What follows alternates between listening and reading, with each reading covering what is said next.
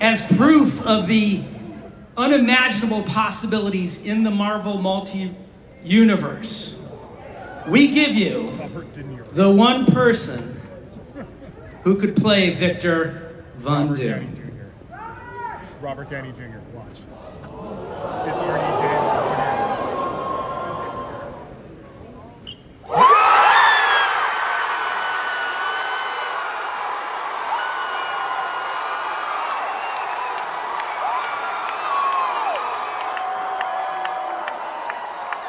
New mask. Same task. What did I tell you? I like playing complicated characters. Welcome back, everyone. It's Charlie. Marvel just did the thing at their Comic-Con panel this year, 2024. They just announced that Avengers 5 is now titled Doomsday, and Robert Downey Jr. will be returning as Doctor Doom from another universe. So we'll break it all down. Secret Wars is still happening. Avengers 6, the Russo brothers are directing both movies now, both Avengers movies.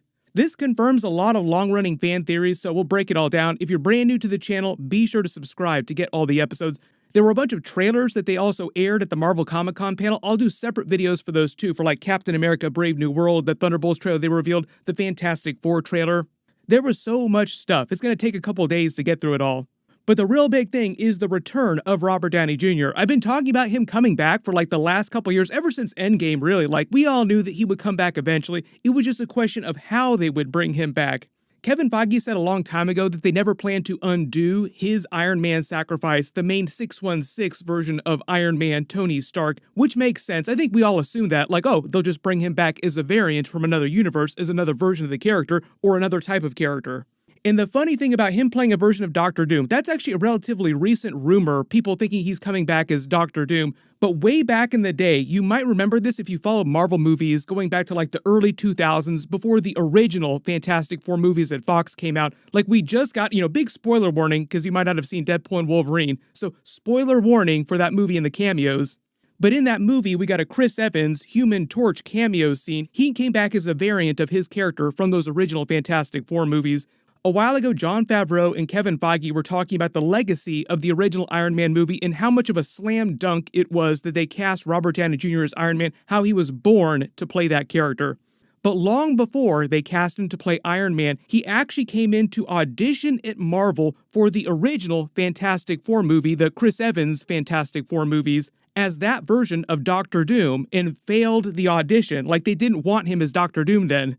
Should we talk about that? Because I think that's probably one of the greatest decisions in the history of Hollywood. Robert had come in for a general on it. And I remember you had all met with him already for like Doctor Doom or something on another project. I think I think he had come through on a maybe Right. Fantastic Four. Right. Everybody has good days and bad days. And I remember on later movies, we'll talk about on 15th anniversary of those, there were dark days. And I would say to Robert, we wouldn't be in this mess if it wasn't for you. Meaning, we wouldn't have a studio if it wasn't for him. That's true. Or you. Tell me your memories of where that idea came from, because there were some other people. So everybody sort of knew who he was. And I remember sitting down with the guy and I was like, geez, he just got it in it. He's got that spark in him and his eye, and he's ready. And that's when we were in your office and we were pointing to his headshot and saying, we got to try to figure this out. Personally, I think they made the right call. Like, I think he was born to play Iron Man. I'm glad that he did not play Doctor Doom in those original Fantastic Four movies. If that had happened, he probably would not have become Iron Man. I think part of the reason why they're bringing him back as this version of Doctor Doom is because of the way Doctor Doom is a man of science and a man of magic in the comics. He's a very good foil for Iron Man type of characters, like technology-based characters, but also Doctor Strange magic-based characters. There was also a deleted scene from Avengers Infinity War where he briefly became the Sorcerer Supreme, and Doctor Strange briefly became what they call the Iron Mage, getting his Iron Man armor nanites. So they were already bumping up against the idea of doing a magic-based version of Tony Stark. There's also a version of Sorcerer Supreme Tony Stark in the comics too. So all the pieces are there, and it's just an opportunity for him to play a very different type of character, but also be an overarching villain. You go from being like the hero, the anchor being, so to speak, to make a Deadpool and Wolverine reference of the main 616 universe, to being the ultimate villain. Doesn't it make sense now why they've held off on doing Doctor Doom in the MCU for so long? Like, there have been so many deleted scenes, so many times that they almost did him. He was almost going to be in Doctor Strange Multiverse of Madness. Early on last year, when Ant-Man the Wasp: Quantumania underperformed at the box office, there was talk of turning Avengers 5 into something completely different and pivoting away from the Kang dynasty of it all, the Council of Kangs. I think Marvel assumed the general audiences just weren't as down for Kang as they expected the hardcore fans to be down for Kang. So at their story retreat later that year, they talked about pivoting to an overarching villain for the next Avengers movie being Doctor Doom. Because we have God Emperor Doom in Secret Wars from the comics, there was also the Doctor Doom teaser during Deadpool and Wolverine in all the trailers and in the movie. During the movie, when they first land on Battleworld, you see the Secret Wars comic book number 5 with Doctor Doom's face on the cover. So part of the idea is we thought that they were teasing that Doctor Doom would show up in some way. They didn't feature any Doctor Doom footage during the Fantastic Four teaser, and they're meant to take place in an alternate universe. Supposedly, a version of Doctor Doom is going to show up somewhere in that movie. What they could do, early theory, is they could introduce this Robert Downey version of Doctor Doom as that Doctor Doom, and then bring him to the MCU with that team eventually. Just as a way to make sense how Robert Downey Jr. comes back to the MCU, like he escapes the destruction of that universe with the Fantastic Four, because they're meant to be the main team of Fantastic Four in the MCU going forward after this. So they have to come to the MCU at some point. Why not Robert Downey Jr. be their version of Doctor Doom in that universe, and he come with them to the MCU? They didn't really get into the plot details, but obviously this is like a total plot change from what Avengers 5 Kang Dynasty was originally going to be. Like they've completely wiped the slate clean, completely new idea, completely new villain. We're supposed to get a teaser for the new Avengers team during Captain America 4 Brave New World, but I think we won't see the team actually fully come together until the beginning of Avengers 5. During Deadpool and Wolverine, he clowns on the multiverse saga big time, like he rips it hard, saying that everybody's getting tired of it, kind of breaking the fourth wall, saying that everything has been lackluster since Avengers Endgame. Can we just move past the multiverse of it all?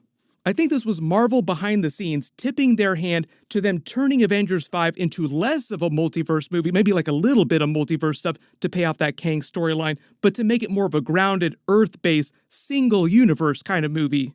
What they can actually do now, this actually lends credence to the idea that God Emperor Doom, Robert Downey Jr. now, will be the main villain of Avengers 6 Secret Wars as well. He comes in as a regular villain, Doctor Doom, during Avengers 5, but then becomes so much more powerful by the end of that movie and becomes God Emperor Doom into Secret Wars. The other big side of that coin, too, is the Marvel bringing the Russos back to direct both Avengers 5 and Avengers 6. They were released back-to-back 2026 and 2027, just like Avengers Infinity War and Avengers Endgame. I mean, this is potentially one of the more entertaining characters in all of fiction. If we're going to do this, if we're going to bring him to movie theaters worldwide, then I think we're going to need the greatest actor in the world to play that character. Wow. Yeah, okay, ladies and gentlemen, as proof of the unimaginable possibilities in the Marvel multi-universe, I think this is just meant to build on the momentum and the safe bets that Marvel is going with after Deadpool and Wolverine crushed it at the box office. It was on track for like $450 million earlier this weekend, just for opening weekend. So it is a little early to say that Marvel's like 100% back, like they still got to stick the landing with Captain America Brave New World, with the Thunderbolts movie. There was also a trailer for that at Comic-Con. I'll do a separate video for it. But it sounds like they're swinging with the biggest possible hits that they think they can pulling in all the biggest elements possible for Avengers 5 and Avengers 6 to get asses in theaters. The Return of the King, Robert Downey Jr., is one way to do that. I am sure once they start the press tour and he starts talking about coming back as the character, he will talk about auditioning for Doctor Doom back in the early 2000s for that original Fantastic Four movie and how he totally flubbed that audition. Are we not super happy that that wound up happening? Because now they can actually pay it off in a much better way. Like he's a much more accomplished actor now, and we got to see his Iron Man full circle. There have been a couple deleted scenes and Easter eggs for Doctor Doom in the newer Marvel movies, though. Probably the biggest one was during Doctor Strange Multiverse of Madness, because the director Sam Raimi, the writer, specifically talked about the Doctor Doom character when they were writing parts of the movie.